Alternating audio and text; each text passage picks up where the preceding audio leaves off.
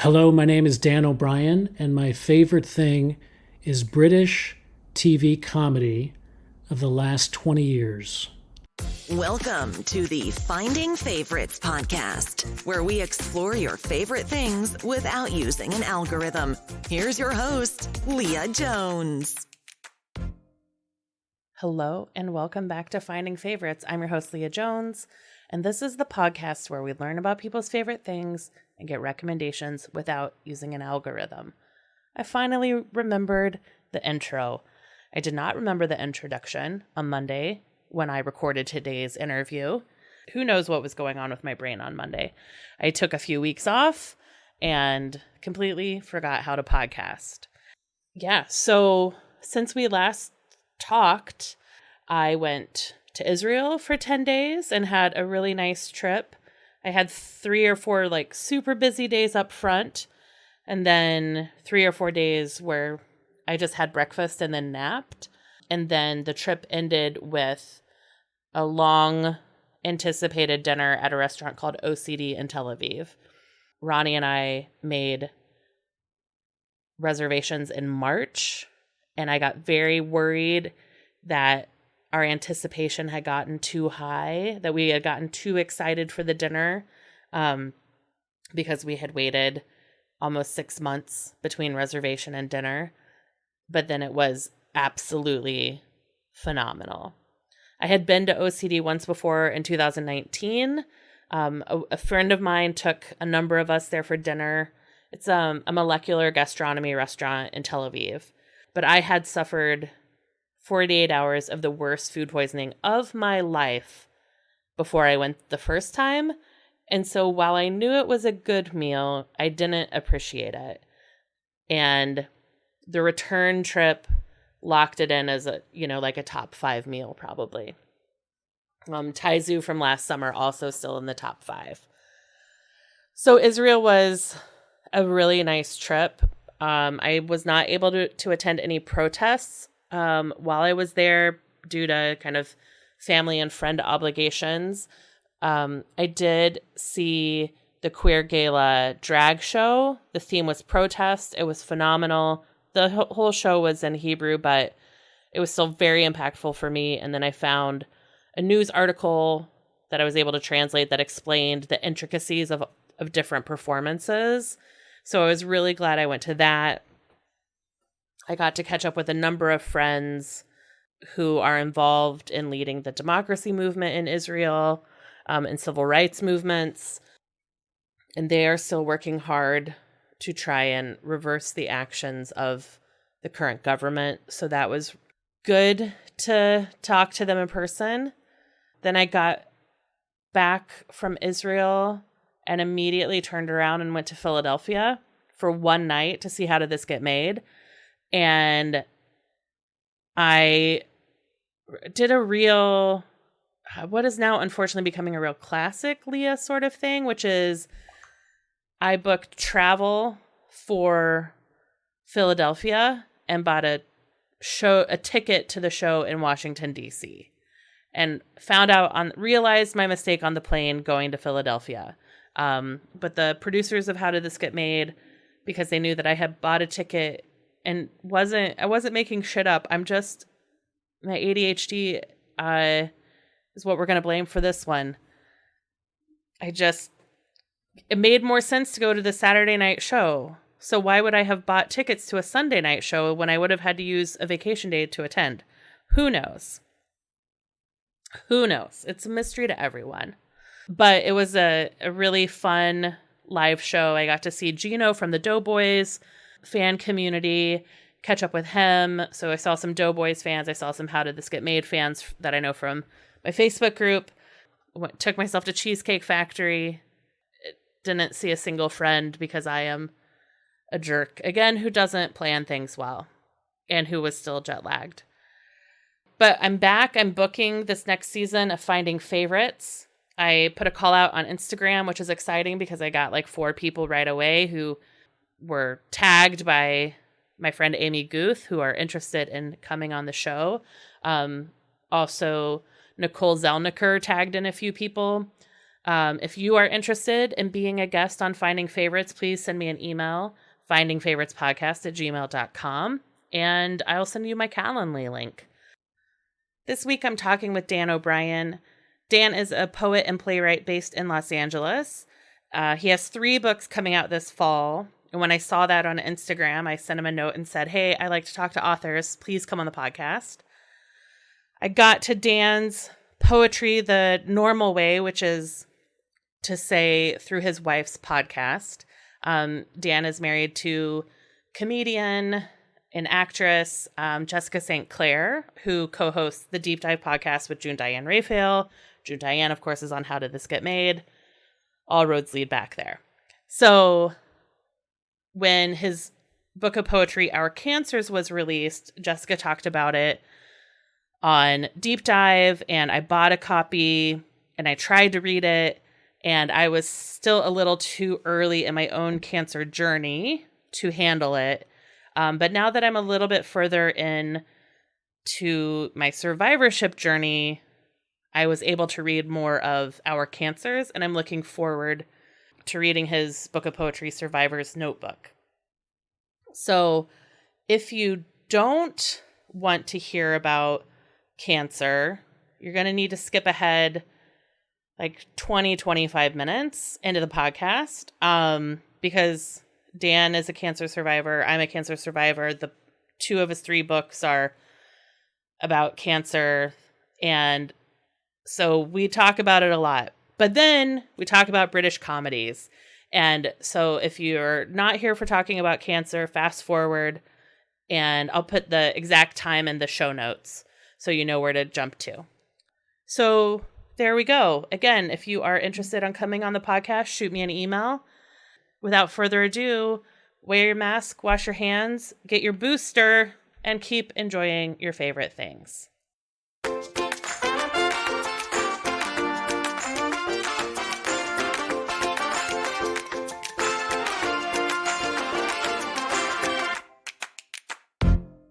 Hello and welcome to Finding Favorites. I'm your host, Leah Jones, and this is the podcast where we get recommendations without... Nope. I have taken a few weeks off. Yeah. Hello. Hello and welcome to Finding Favorites. I'm your host, Leah Jones. This is the podcast where we get recommendations without using an algorithm and learn about people's favorite things. Today, I am with playwright and poet Dan O'Brien. Dan has not 1, not 2, 3 books coming out this fall: Survivor's Notebook, From Scarsdale, and True Story, a Trilogy. September 7th, if you are in Brentwood, there's an event at Diesel, which is a bookstore in Brentwood. So you can reserve a seat by buying one of these books in advance. But Dan, welcome to Finding Favorites. How are you doing? Thank you. I'm good. Thank you for having me on. And I should say the launch on September 7th is free. You don't have to buy a book, but it's only if you want to reserve a seat. The bookstore suggests you buy a book, which, far be it from me to tell you not to buy a book, but you're also welcome to just show up. And we're still working on, we're hoping to use the launch also as a charity fundraising event, because World Cancer Day is September 8th. And at least one of these books is explicitly about my wife and I having cancer at the same time, or being treated for cancer pretty much at the same time in 2015 and 16. And that's the book Survivor's Notebook, which is prose poems and some of my photographs as well. Yeah. And that's how we initially met on social media is I listened to your wife's podcast. And so I bought the book Our Cancers, which is a book of poetry, and tried to read it. And I was like, ooh, I am maybe not beyond my own treatment enough to be able to handle the book yet.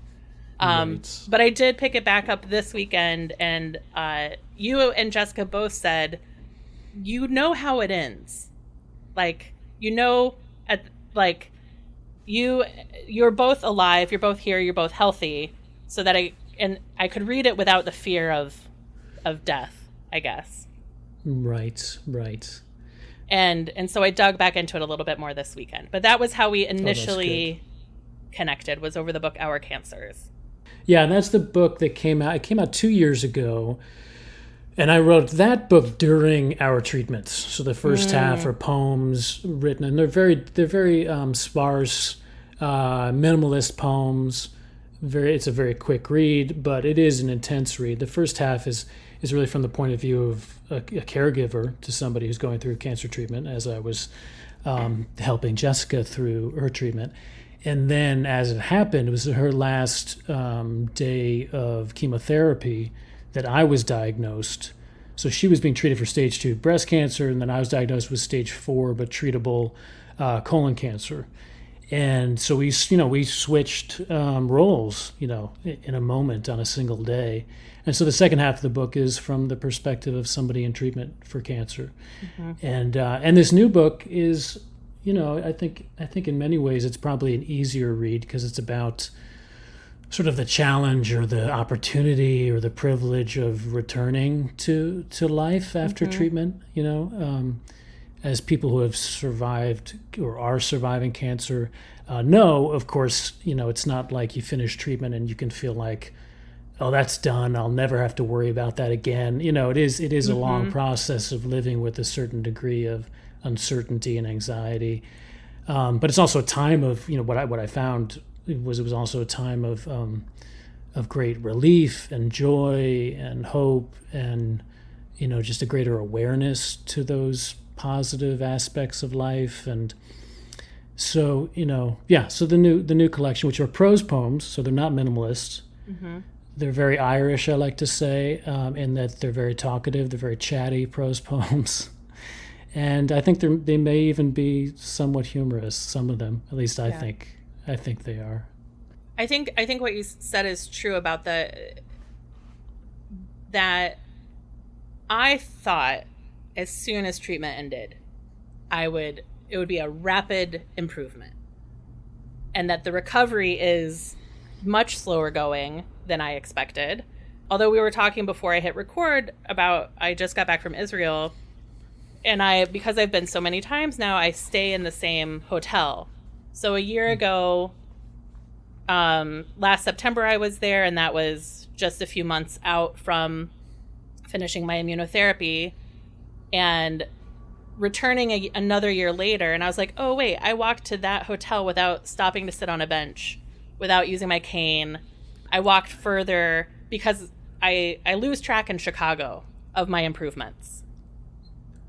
Right, because it's incremental, right? It sort of happens little by little. Yeah, I found that too, for sure. This new collection really was written, the rough draft was written in the first 2 years post-treatment, and it seemed, and then I revised it a lot for several years. And some of the poems were written after that.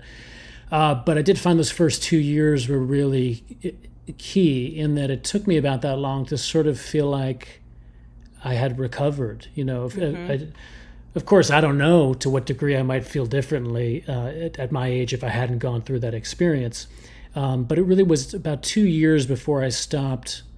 Maybe that was enough time to start to process the trauma. Maybe it was that was enough time to feel like it was somewhat in my past, that had a certain amount of perspective. But it was also that feeling that physically, I was starting to feel kind of back to normal, even to the degree that, I had pretty severe neuropathy or nerve damage or nerve pain during treatment from the chemotherapy. And I don't anymore, but that probably took about 2 years for that to really go away. Yeah. Even the significant scarring I have from surgeries, I was amazed that the nerves in my skin eventually reconnected and healed. My abdomen, where the major surgeries were, was pretty much numb for probably about 2 years. Yeah.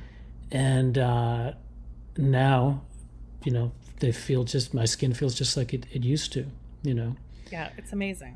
It is amazing, and if you're privileged enough or lucky enough to still be around, it does give you a real sense of amazement and gratitude and astonishment. You can direct that in all kinds of directions, whether that's towards modern medicine or the healing power of the body or just feeling lucky. Yep. In the cosmic sense. But yeah, so I'm glad to hear that you're coming back to normal. Yeah, it was a huge relief on this trip to just literally sometimes look, and I'm like, oh, last year I had to sit on that bench and that bench, and for the most part, I just left my cane in my hotel room this time, which was just That's great. It's huge. It's huge. It was it's been, this trip really brought home to me that things are better than they were a couple years ago. When did you? How long has it been since you finished treatment? I was diagnosed in June of 21. So it was like, and then chemo was October to January. So it was October of 22 is when I finished immunotherapy. Okay. Yeah. So not quite a year out from finishing treatment.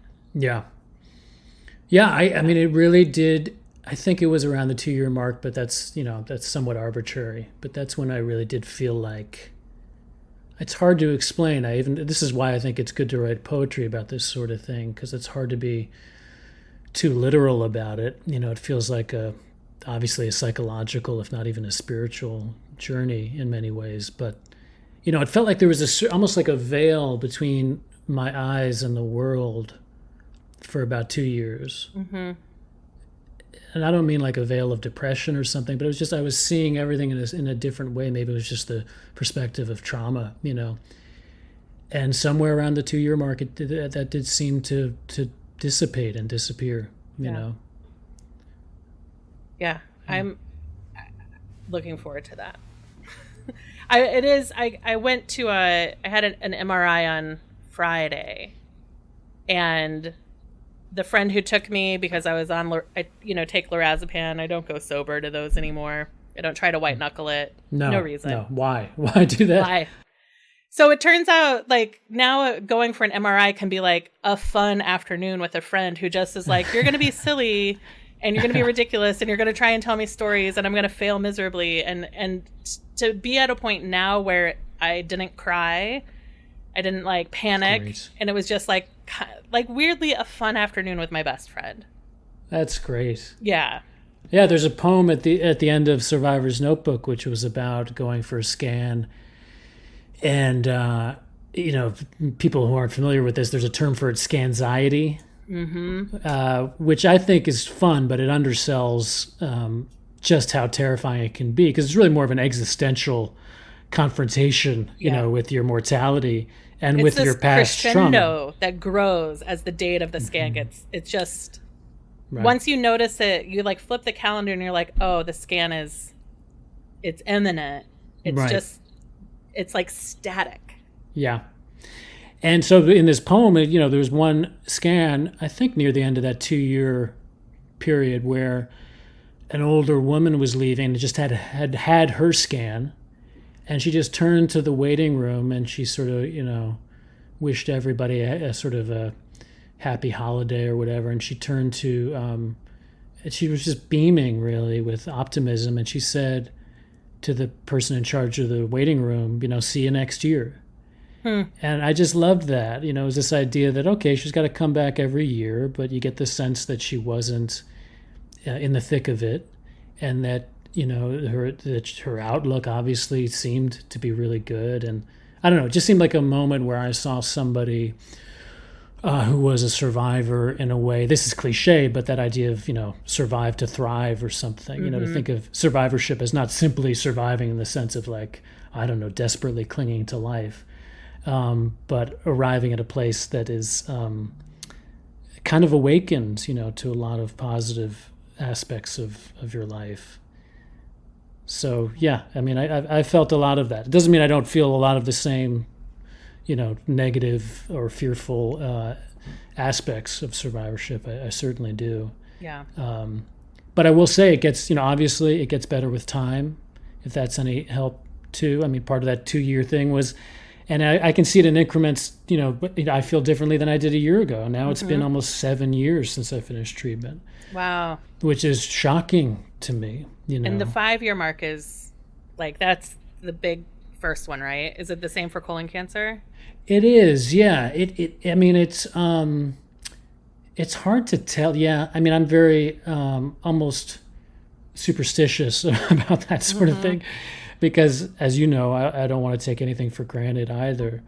But yeah, especially the first 2 years with colon cancer is very, the recurrence rate is very high. But certainly, yeah, after 5 years, and usually I think most cancers, they say if you can make it to the 10-year mark, they'll often consider it permanent remission, or even some people will use the word cure. Yeah. So, but again, I just try to focus on, the present moment as much as I can, which is, again, really helpful as a writer. Yeah. Especially, I think, poetry. Sorry, go ahead. No, go ahead. Can I ask you about your writing process? Because you said Our Cancers was written during the experience. Mm-hmm. Do you have a daily writing practice?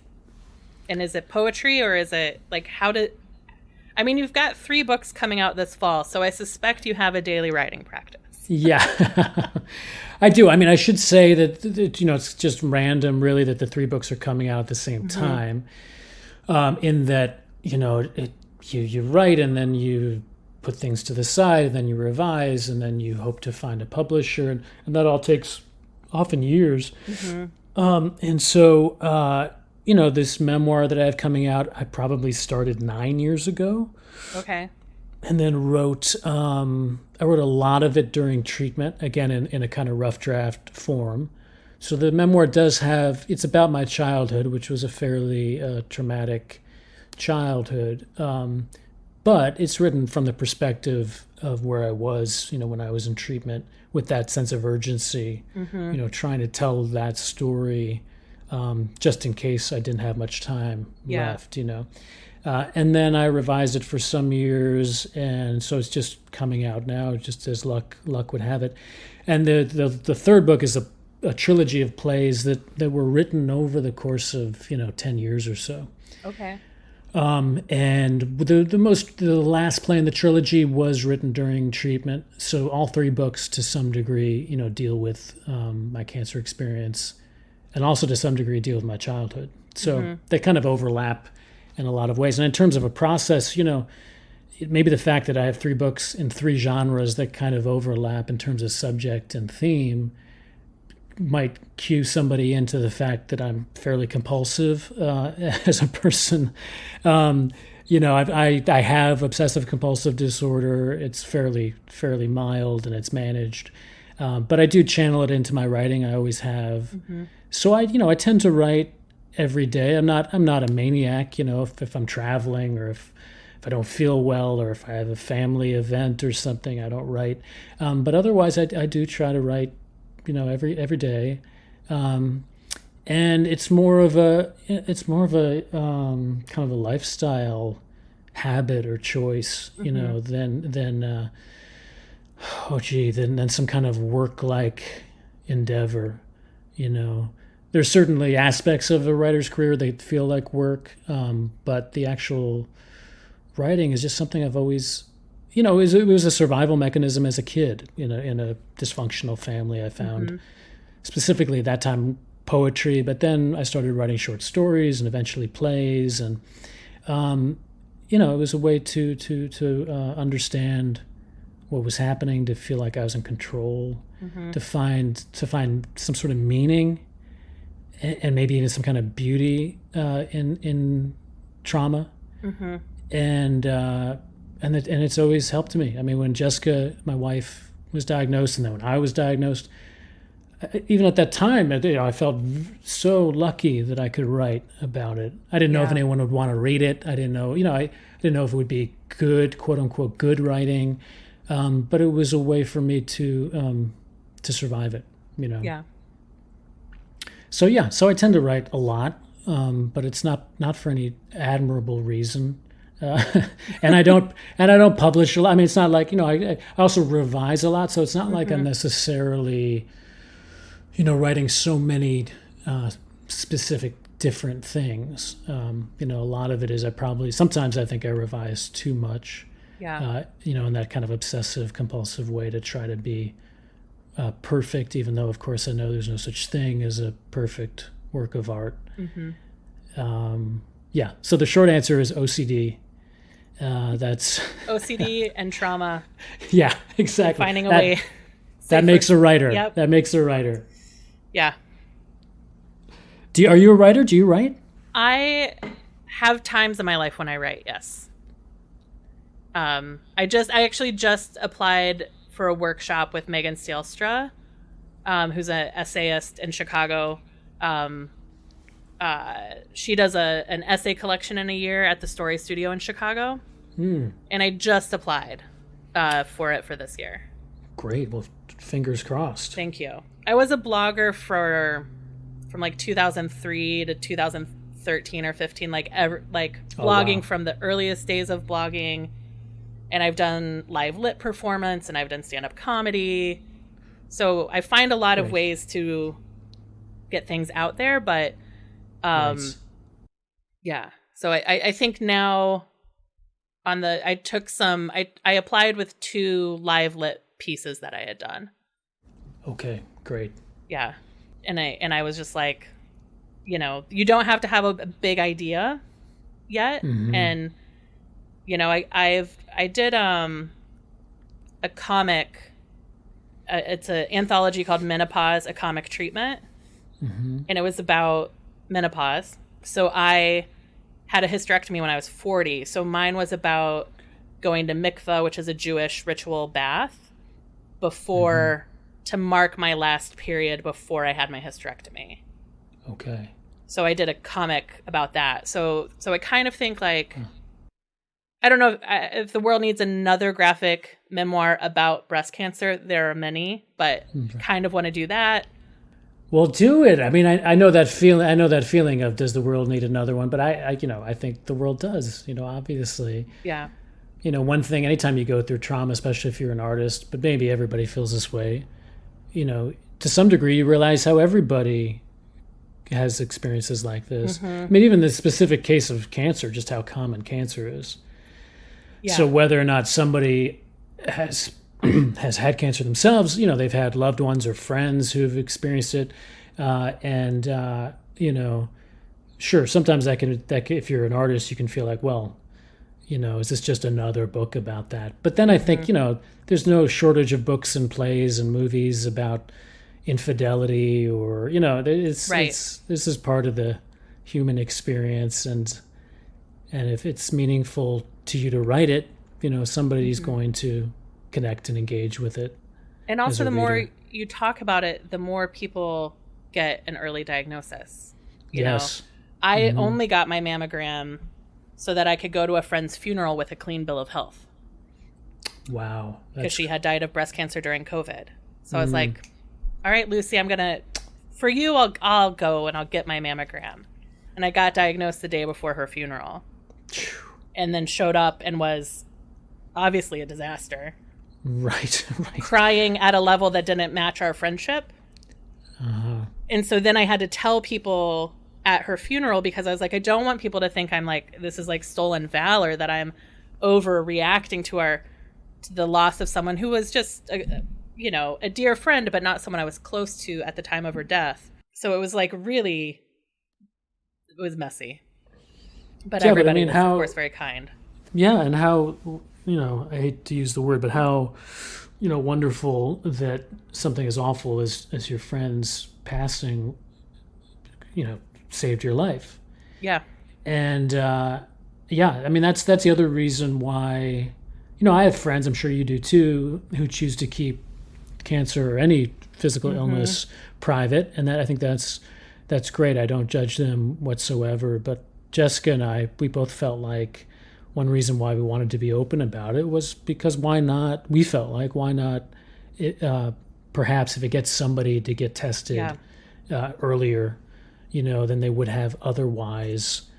And I know friends of mine, who are about my age, were, at the time when I was 42 when I was diagnosed, had no family history, don't have any of the known genetic markers. And so it was a complete surprise. And friends of mine, went and got colonoscopies, and none of my close friends that I know of were diagnosed, but they did have, precancerous polyps removed and things like that.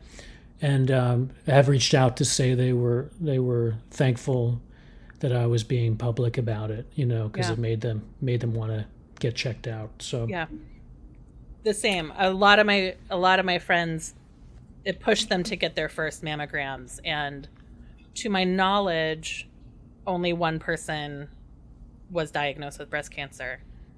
So that's great. That's great. And you've got the podcast, so who knows who's listening to the podcast, same with Jessica, she, because of her podcast, and she's heard from lots of people, who've been diagnosed because they were spurred on to get to get a mammogram, or just to be more aware of possible symptoms.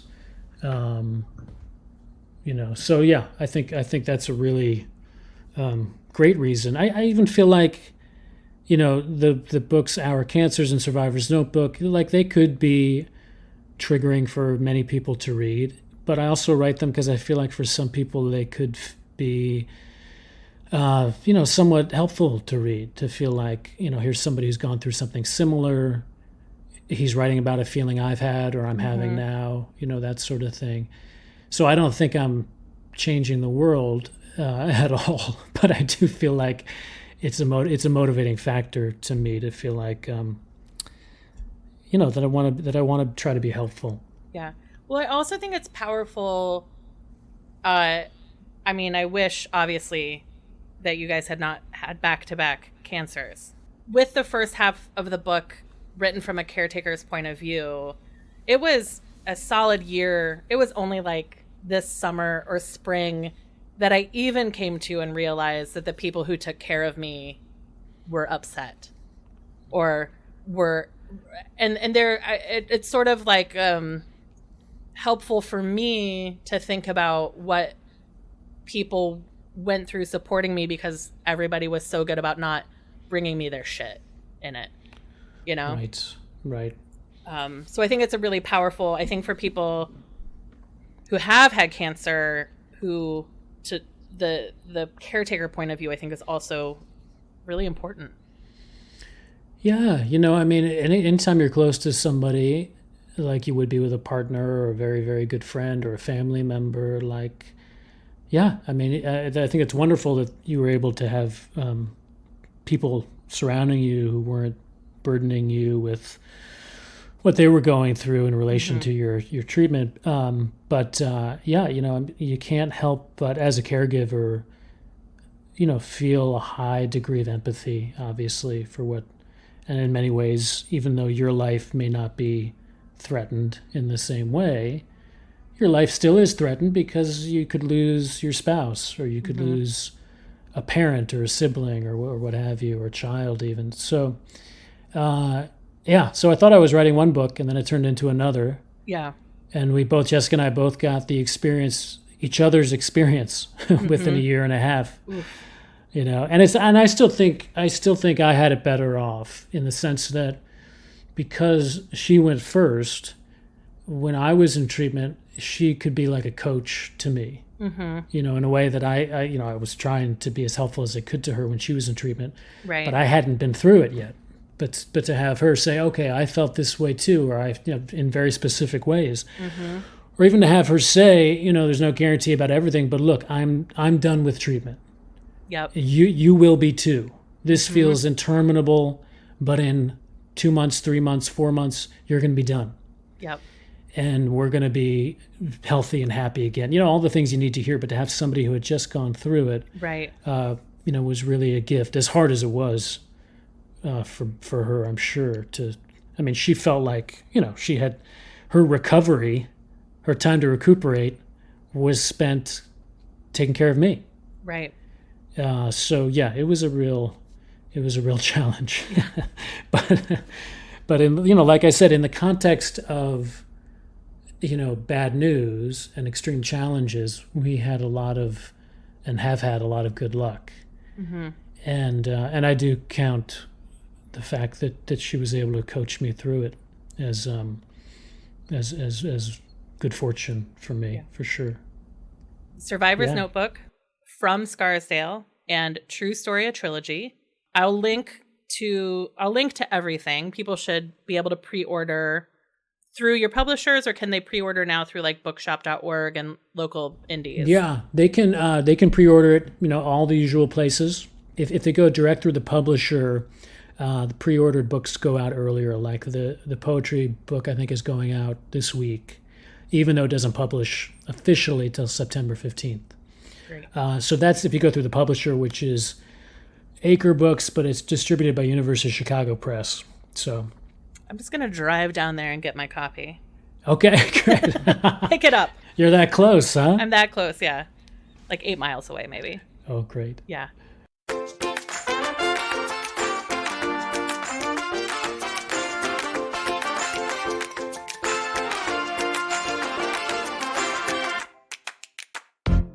Well, Dan, I don't think cancer is either of our favorite things.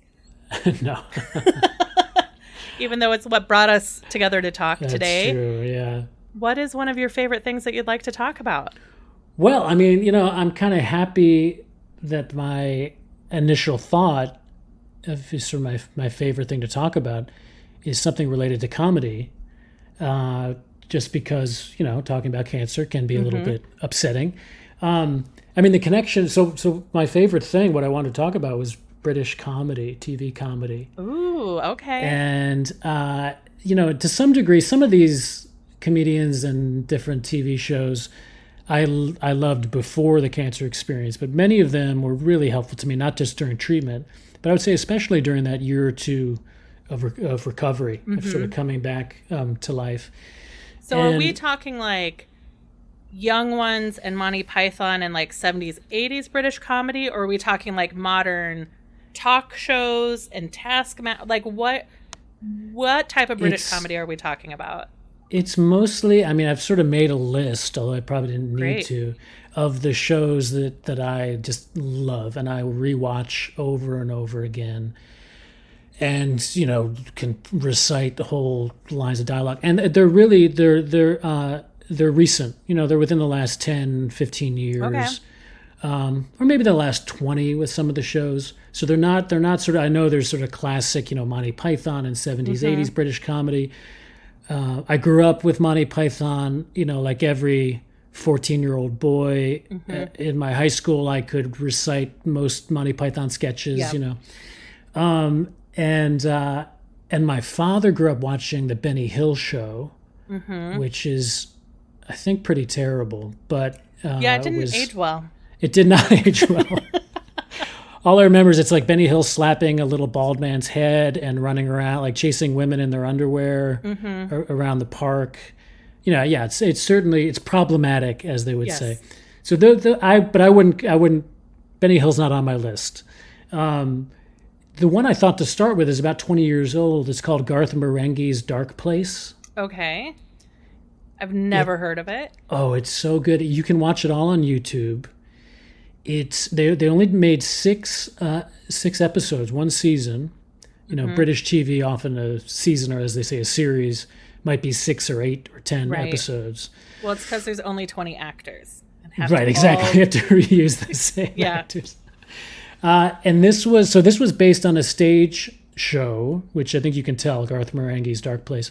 And it was, I think it grew out of the Cambridge Footlights, which is sort of their Cambridge, University comedy troupe. And a bunch of the actors who put together this Edinburgh Fringe show called Garth Marenghi's Darkplace. And it was like the big hit of the festival, and they parlayed that into a BBC 4 TV series that must be the definition of a cult hit, because I don't think anybody watched it at the time, and I think it's pretty hilarious. It's got some pretty well known. The 4 main actors are Matthew Holness, Richard Ayoade, who's very well known in British British TV. Probably for the IT crowd is maybe his his biggest show. Matt Berry was on it. Alice Lowe. The four of them were really the main characters, and it's Garth Marenghi is like a Stephen King character, a British Stephen King, and he says these wonderful things like he says that writers who write with subtext are cowards. He has all these like pronouncements about writing which are hilarious. So there's certainly an element of that I've found interesting. And so each episode, basically the conceit is he's a Stephen King-like writer who writes a novel every other month, horrible horror novel.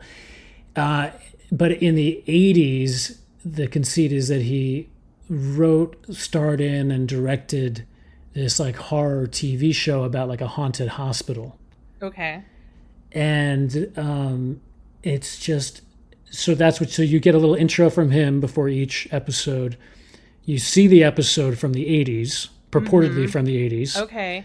So it's very self-referential and meta in sort of satirizing 80s TV in a lot of ways. So it's sort of a like masterpiece theater where there's like the upfront and then you watch the presentation.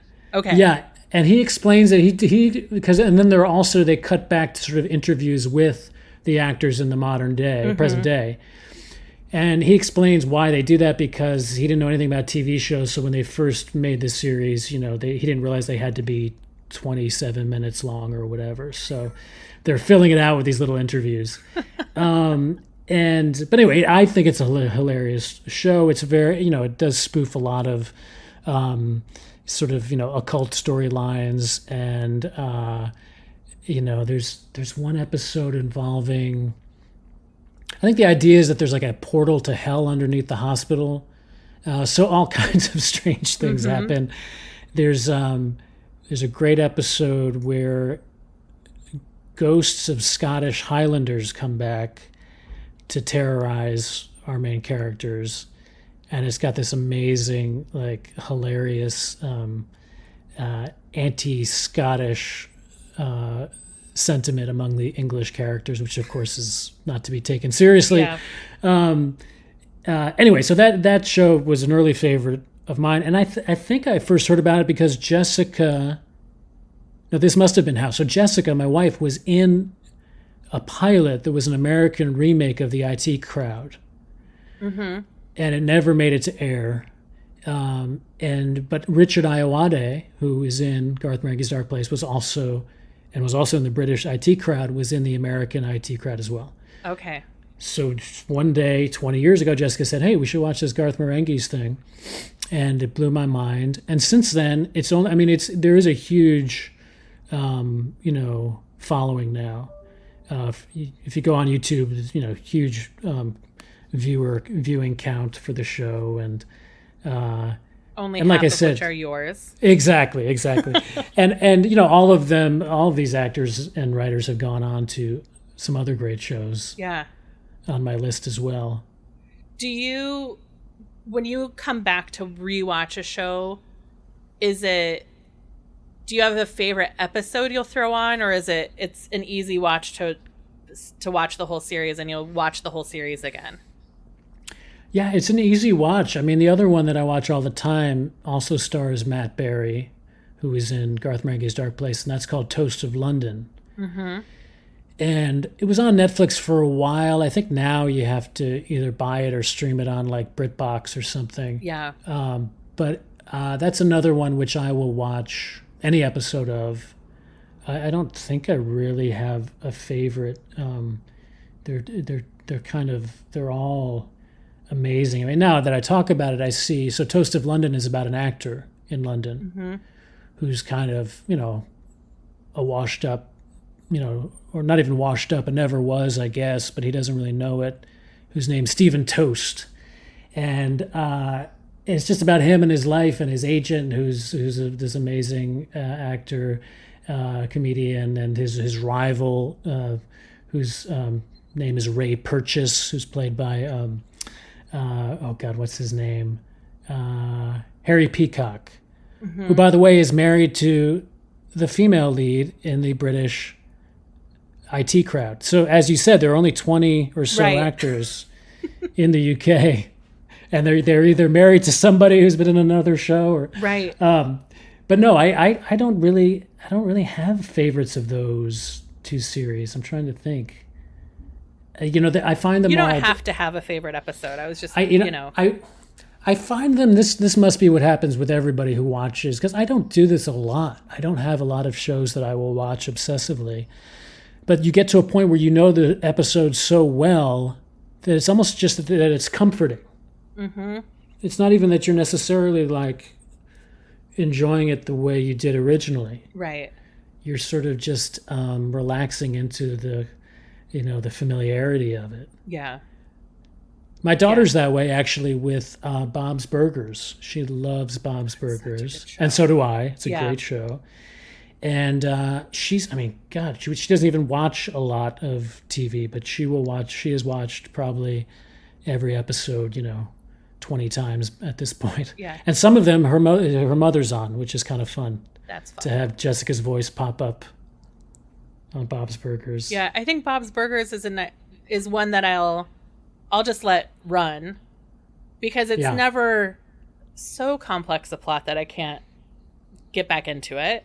Right? If I leave the room, if I get distracted and leave the room for a while, I don't know.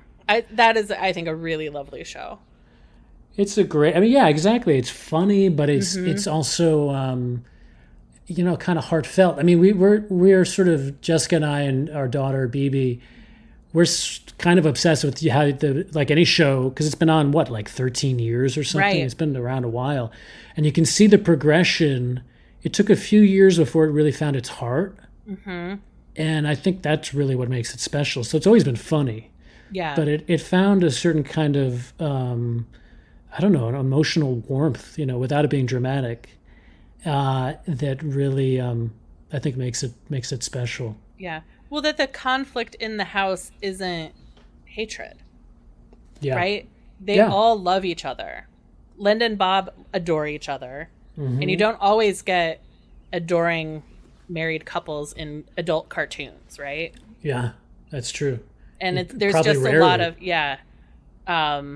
and the siblings, when they fight with each other, it's over like dumb kid stuff, but it's never hatred. It's never, they're never really mean to each other. They're just like fed up with being in each other's space. Right.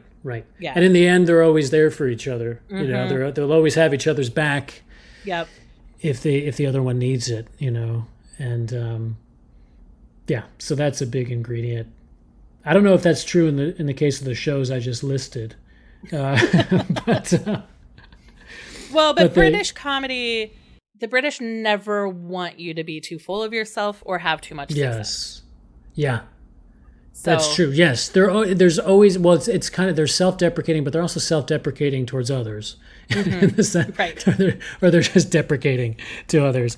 They'll deprecate you, and that reminds me a little bit of, if I can throw in another show. Of course. I'll watch anything with Steve Coogan, especially Alan Partridge. The Alan Partridge character and the various shows that he's been a part of. You can see that with that character too. I mean, that character, I think, is very, like with any performer, you have to wonder how much of that character is Steve Coogan and how much is an invention. I'm sure it's just an exaggeration of certain aspects of his character. But if it is, somewhat autobiographical, he's certainly making fun of himself. Yeah. And I just really connect to that. I also think, maybe I'm being an Anglophile, but I think a lot of British comedy is just smarter. I think it expects more of the audience. Now, I have friends, English British friends, who say that's just because I'm only looking at maybe the best of their TV shows. Do you know what I mean? They come over here, and they feel the same about the best of American TV shows that pop up in the UK. So that's probably true, but I do think, even comparing, another show, it's not on my list, but obviously a great show is The British Office. Right. And comparing the American office to the British office is pretty fascinating. The British office is a lot darker, more doesn't coddle the audience. It's certainly not as emotionally warm. Yeah. But it's incredibly specific and, nuanced and, So I guess I do enjoy a certain amount of darkness in my comedy. I mean, I think one of the other things that's nice about British comedy or British TV in general, and you mentioned it with the Garth, what was his name? Garth Marenghi. It's Marenghi. Is that they will also end a show when it should be ended. Like they won't, because the UK office is what, 3 seasons? Yeah, I think it's 2 and a Christmas special or holiday special. Yeah. That they get in and get out of the joke faster than American TV. Right. So you can feel like it has more of a coherent story. Mm-hmm. Whereas, especially network TV in the U.S., at least historically, the longer seasons and, there isn't necessarily much of a narrative arc, over the course of seasons. Whereas you watch the original Office and you feel like you're watching a kind of riveting miniseries in a way. Because I think the second season was even shorter than the first season. So it's something I want to say it was like 10 episodes and 6 episodes and then a special or something like similar to that. Yeah. So, I mean, I don't know how there must have been, hundreds of episodes? How many hundreds of episodes of The American Office? Yeah. Hundreds. So it is kind of a totally different thing. And many people prefer The American Office, and I didn't really watch it, so I'm not casting judgment on that. But yeah, I was certainly drawn to the more. I mean, I write. My plays are dramas, so I'm probably drawn to some of the more dramatic elements. That said, there's a lot of British comedy that's very silly too, and there are elements of Alan Partridge and Garth Marenghi, which are just, and Toast of London, that are all just absurd and silly.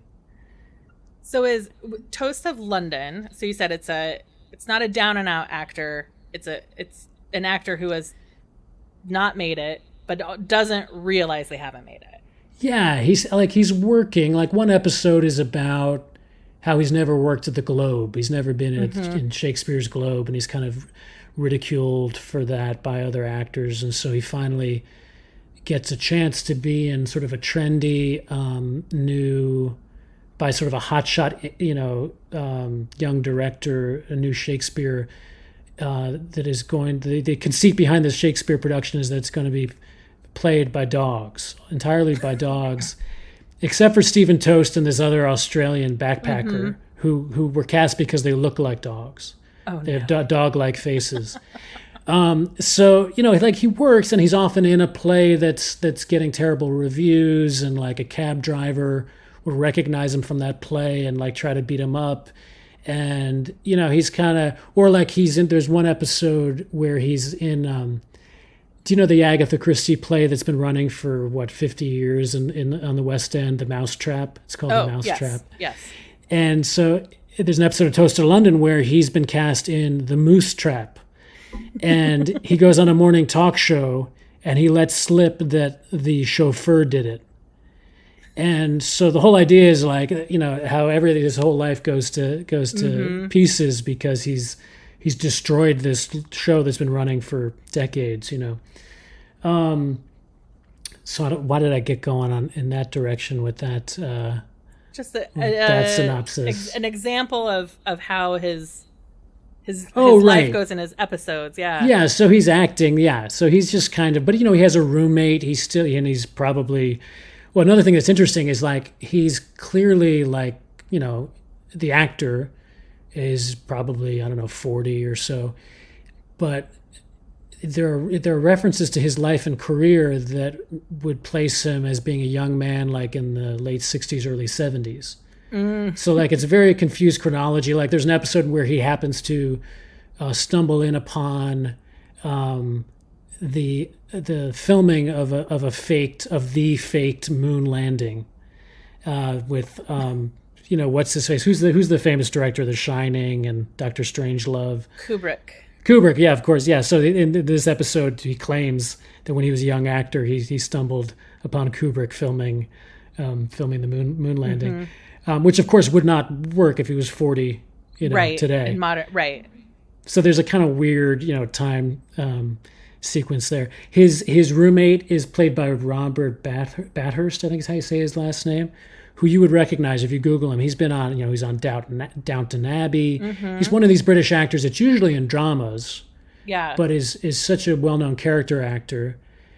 And he's so hilarious as his roommate, which is just great to see this guy who's known for dramas in this comic or comedic role. And but again, they're meant to be like I do recognize them. Yeah, they're middle-aged men who are still roommates because neither one of them is really working enough to afford anything better. And then the show, Matt Berry is also a musician. He records and releases albums that are kind of like, I forget what he calls them, like psychedelic folk or something. So sometimes, the theme song of Toast of London is his music and him singing. And then each episode, there's usually a musical interlude of his own music that's often quite bizarre. It's not even like, sometimes they're not even really like fully formed songs. Yeah.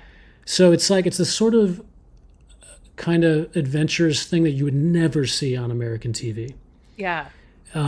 But was not only, Toast of London was a huge hit in the UK.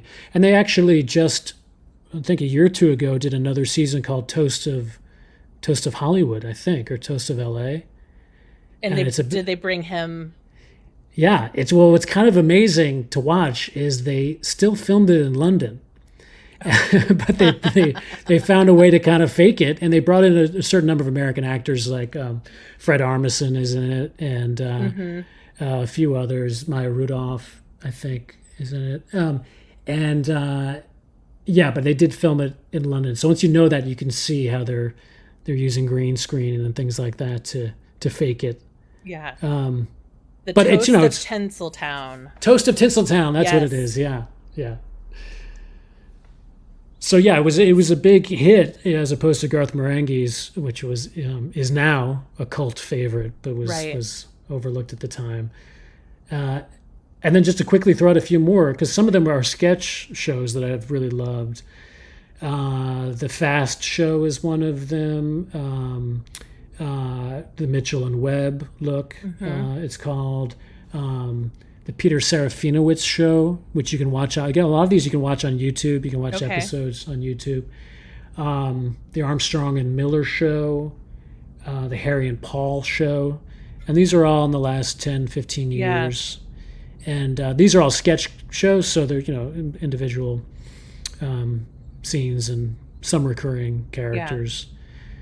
Some more successful than others. I think the Peter Serafinowicz Show only lasted about 6 episodes again, but I think I've watched them countless times, and I mean it really drives home the subjectivity of art for me in a lot of ways, because of course there's shows that billions of people have watched that don't make me laugh personally, and I'll watch a show that only lasted 6 episodes, 15 years ago, but I'll watch it countless times because it speaks directly to me.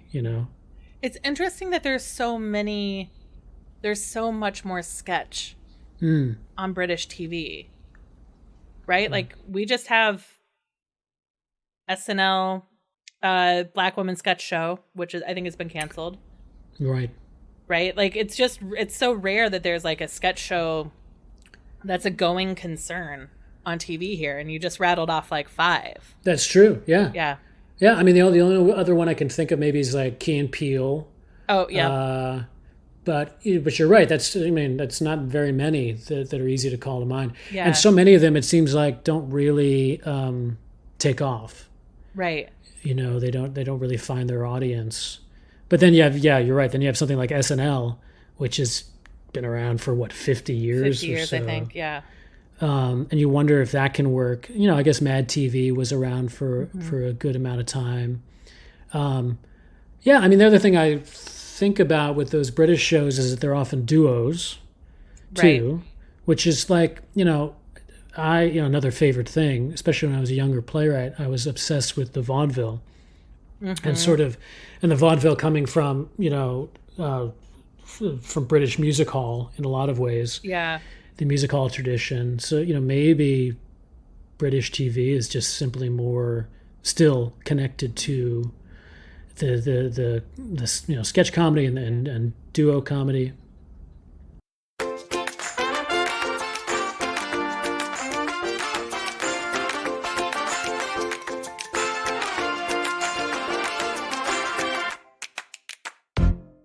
I spent a winter in London. I was a hall director of a dorm with 300 international students in London. Oh, wow. It was, I don't suggest it. If you want to make someone love London, don't send them from November to March, which is when I lived in London. It was no. miserable. That's the dark side of the moon. Yeah. There were days when I literally didn't see the sun. No.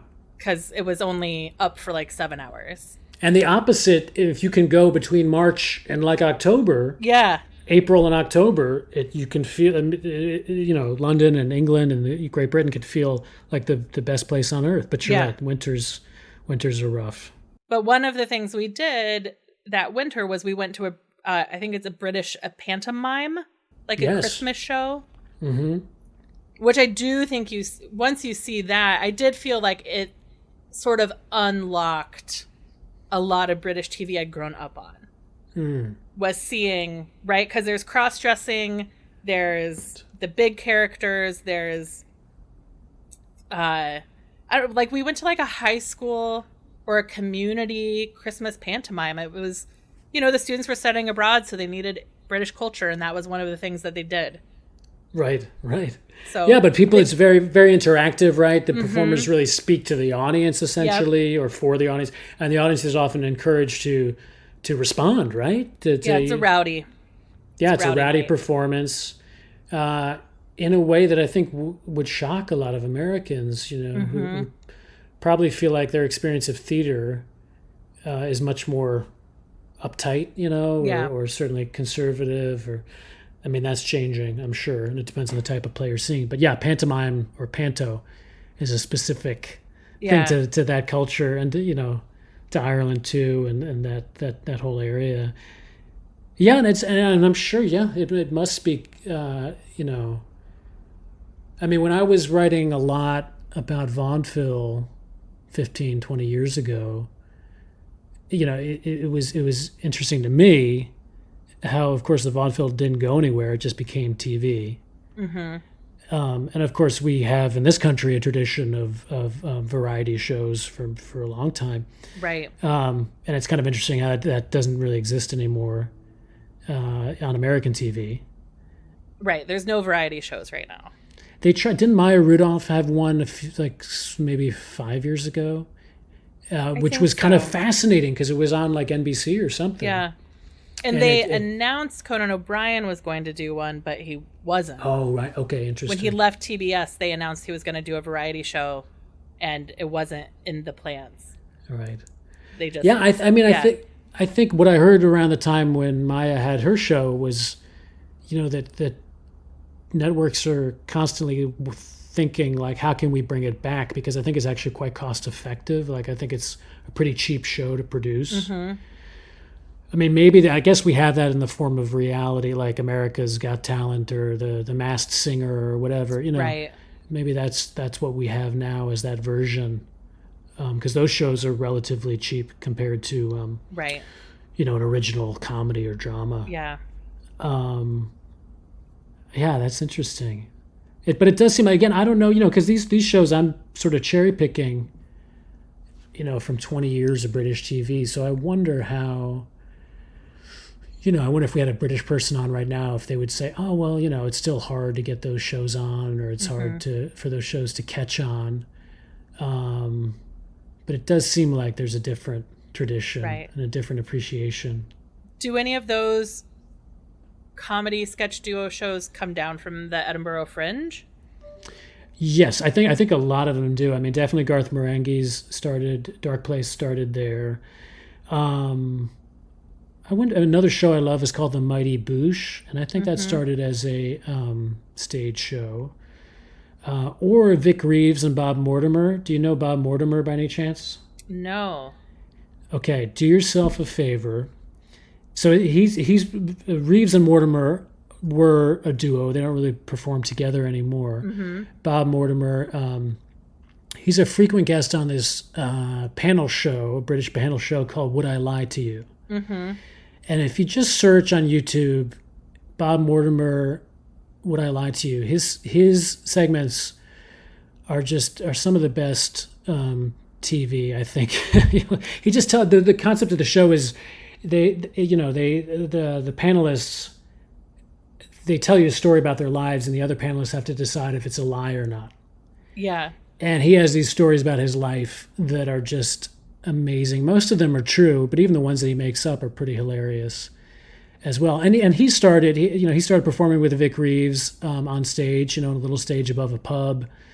I think that was the same with the same sort of situation with the Mighty Boosh and Noel Fielding and Julian Barrett.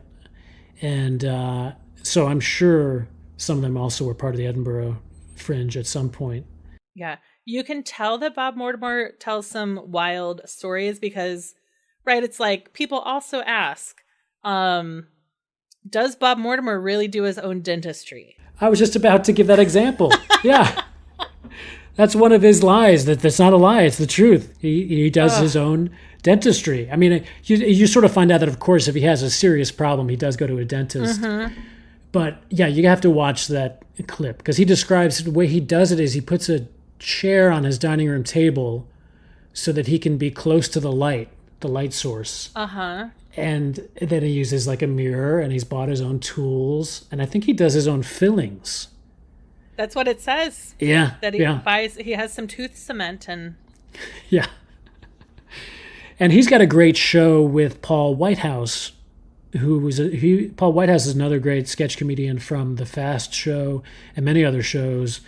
But this show with Paul Whitehouse and Bob Mortimer is just the two of them go fishing around in different parts of Great Britain. Nice. And it's kind of this amazing, it's very funny, but it's also very gentle, and it's really lovingly photographed. And it's a very, very relaxing show in a certain way. Mm-hmm. And it's heartwarming in the sense that the whole concept of the show is that Bob Mortimer had a really life-threatening heart attack like 5 or 6 years ago and was having trouble kind of leaving the house, like trusting life again. And Paul, now they're both men of a certain age. Paul kind of, helped him get back into life and into nature and society. And so that show has this real undercurrent of, people talking about mortality to some degree. But it's also really funny. And the two of them are clearly good friends. So you talk about a show with heart. Yeah. There they go fishing. Oh, it's called Gone Fishing. Mortimer and Whitehouse, Gone Fishing. So that wasn't on my list, but it should be. It's a great show. Yeah. And then how do you have BritBox? Do you let the YouTube algorithm help you find, how do you discover new to you shows? Yeah, I mean, a little bit of both, or a little bit of a lot of things. I've certainly I think I've let my BritBox membership lapse because I think I felt like I'd seen most of the shows I wanted to see, and I don't know. But I kind of, I sign up for it again once in a while. A lot of it was just starting with a show like Garth Marenghi's Darkplace, thinking to myself, well, what are these actors up to now? Because they wrote it themselves too. Mm-hmm. So, and one show has led me to another over the years. Alan Partridge, for example, he's been working for a while with a comedian named Tim Key, who plays his sidekick on Alan Partridge's radio show and on the TV show as well. So that's led me to some of Tim Key's comedy, where he says he's a poet and he reads poetry, but it's often quite funny. And he had a new show recently, which was a historical comedy where he played like a witch hunter in Puritan England, which I have to give it a chance. I haven't really gone deep into it yet. But yeah, it's that sort of thing of thinking, well, what else have they done? And it's kind of, it's kind of great to discover, not being British, Right. to, discover a different culture. I mean, I've worked to some degree as a playwright in the UK, and I publish poetry in the UK, and I've spent some time living there. So I have a little bit of familiarity with the culture. And it's kind of fascinating to have this it's still the English language. So I can understand it. But of course, I'm fascinated by all the subtle differences. And I think also, having my wife who works in comedy in the U.S. for the most part, we watch American comedies, but that can often feel like work. Do you know what I mean? It can feel like we're aware of the business side of it. So I think on some level... And she may have auditioned, or friends auditioned, and they didn't get the piece. Right. And what would you have done differently? A nightmare. Yeah. Right. Or she'll let me know, oh, that person, he or she is very funny, but they're a terrible person, or something like that, know, and then when we can't watch the show. And so, it can feel kind of sort of freeing and relaxing to have this, other world of comedy that I don't really know anything about and don't have any baggage about. Yeah. And so, and Jessica, she likes some of these shows. Some of these shows she doesn't quite get it. I grew up in a very repressed family, and this is probably going to offend any British people listening, but I feel like that helps me understand a certain amount of British culture. Yes. Even again, in the sense of the absurdity and the way comedy comes out of repression in that culture. Right. I know as a playwright, when I teach playwriting, I often, if the subject of farce comes up, people will talk about why is farce seemingly such a British genre, or English genre, and at least the sex farce is probably just because as a culture, they're very repressed about that sort of thing. America is too, but in a much more schizophrenic way, I think. And so anyway, I don't know if that's partly why I connect to British comedy in a way that Jessica doesn't always. She loves Toast of London, and she loves Garth Marenghi's Darkplace. She doesn't always quite get the sketch comedy. Yeah. Yeah, I was just going deep on Matt Smith's IMDb to remember he was in a show called Party Animals, which I don't know if you watched. No, I don't know that one. It's 2007. It's young adults who are working in Parliament. So it's like interns, early career people in Parliament, short series. And I watched that, and that was how I was like, and then he was Doctor Who. And I was like, oh, well, I liked him in that show about Parliament. I guess I'll try Doctor Who. Let's see how that goes. But there was this Party Animals, and then there was a show about a hospital called Green something. That was so bizarre and funny and weird. Yeah, tell me about it, because I find, speaking of how I find my shows, I have felt lately like I've hit a bit of a brick wall, and I would love to keep finding more British comedy that I connect to. Okay, so it was so I searched like Green Hospital British comedy. It's called the Green Wing. The Green Wing, okay. A funky hospital-based sketch comedy drama type show. Okay. Sally Breton, Oliver Chris, Olivia Colman. Colman. She was, I was going to mention, she was one of the lead players in the Mitchell and Webb Look, which was a sketch show. And it's been fascinating to see how she's become, an Oscar-winning dramatic actor. Michelle Gomez, who is just amazing. She's in it. The Green Wing. And Stephen Mangan, right? There's this scene in it. It's one of the photos that they have featured. It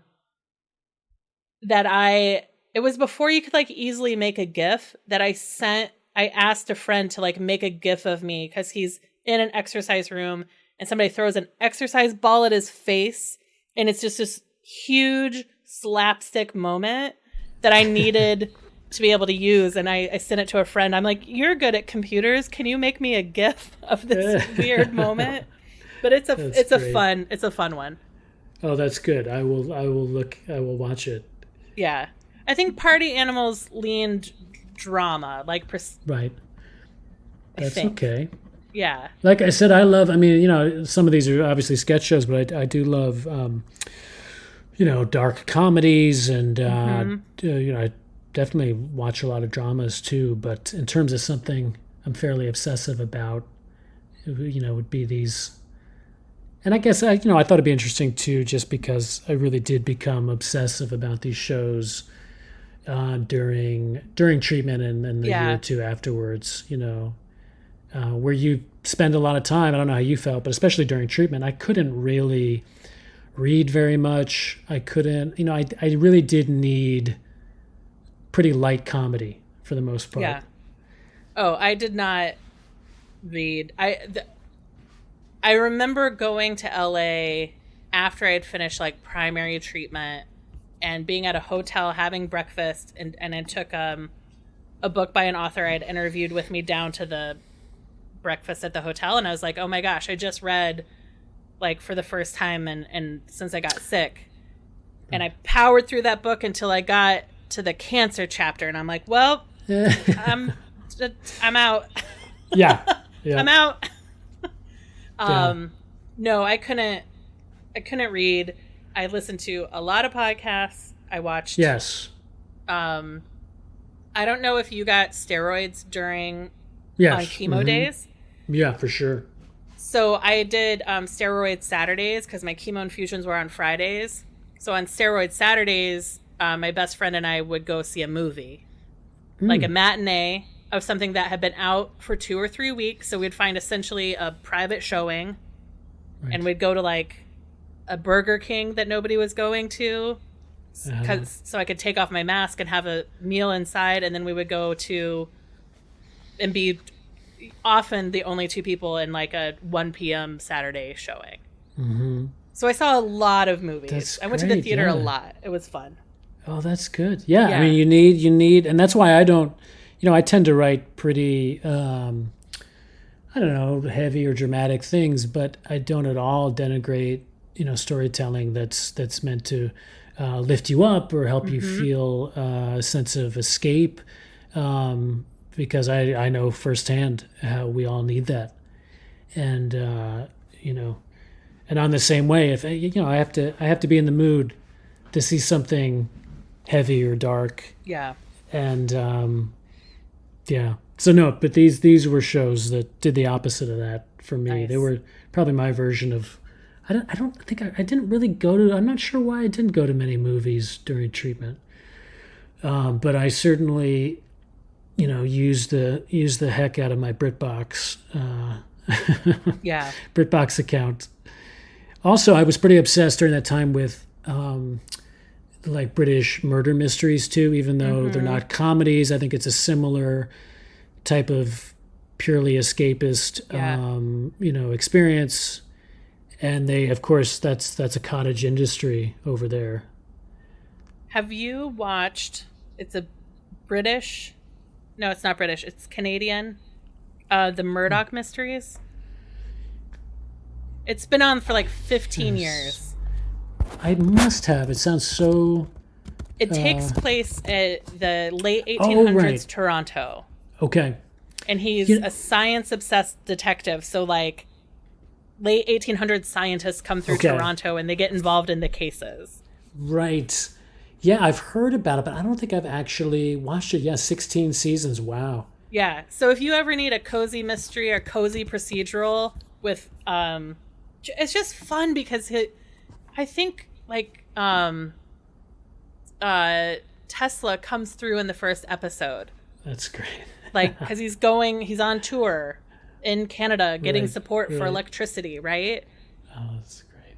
So yeah, I mean, the show for me was the murder mystery that I watched a ton of, and was on forever. It's called Midsomer Murders, and it's it's kind of like, it reminds me of, I lived in New York for many years and I have lots of friends who are stage actors.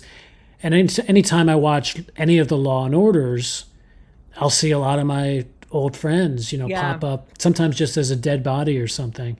And it's the same on Midsummer Murders, where, it's like every actor has been on that show at some point, especially younger actors, some of whom are now quite famous. They did, had a guest spot on that show. Right. And it also reminds me of Murder, She Wrote, in the sense of, Midsummer is supposed to be a county in England, but the amount of murders that take place in this county is just off the charts. Do you know what I mean? It would be like world famous as the most murderous county in England. Right.